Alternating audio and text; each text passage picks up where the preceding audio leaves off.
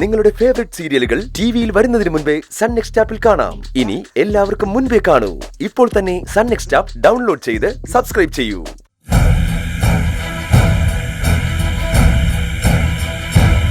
സിദ്ധുവിനെ കണ്ടില്ല അച്ഛാ? കണ്ടു മോളെ. ആ ശരവണനെ കൊണ്ട് ഒരു ഹർജി ഫയൽ ചെയ്യാൻ തീരുമാനിച്ചു.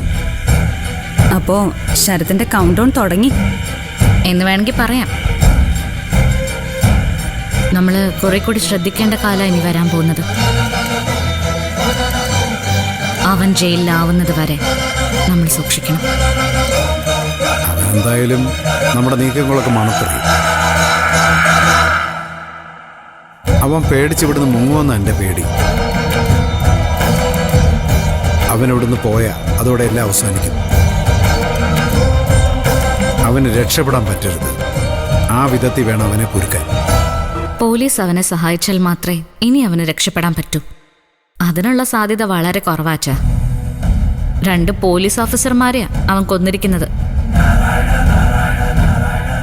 ഒന്ന് മുൻ DYSP നടേശൻ, SI റൂബി. അങ്ങനെയുള്ള ഒരുത്തനെ ഏതെങ്കിലും ഒരു പോലീസുകാരൻ സഹായിക്കുമോ? ഒരിക്കലും. എനിക്ക് ഒറ്റ കാര്യം മാത്രം അറിഞ്ഞാൽ മതി. എല്ലാവരും പറയുന്ന പോലെ എൻ്റെ അച്ഛൻ്റെ മരണത്തിൻ്റെ പിന്നിലും സുധിയേട്ടൻ മരിച്ചതിൻ്റെ പിന്നിലും ശരത്താണോ എന്ന്.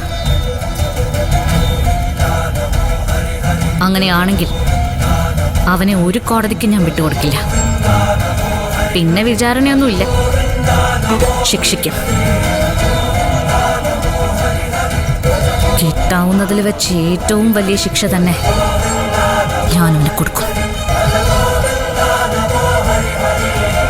ഞാൻ നടപ്പാക്കും അത്. അങ്ങനെയൊന്നും മോളിപ്പോൾ ചിന്തിക്കണ്ട. അവൻ്റെ ഭാവി നിയമം നോക്കിക്കോളൂ. ഒരുപാട് പേരെ കൊന്ന ഒരുത്തനെ എന്തായാലും തൂക്കുകയറ് തന്നെ കിട്ടും.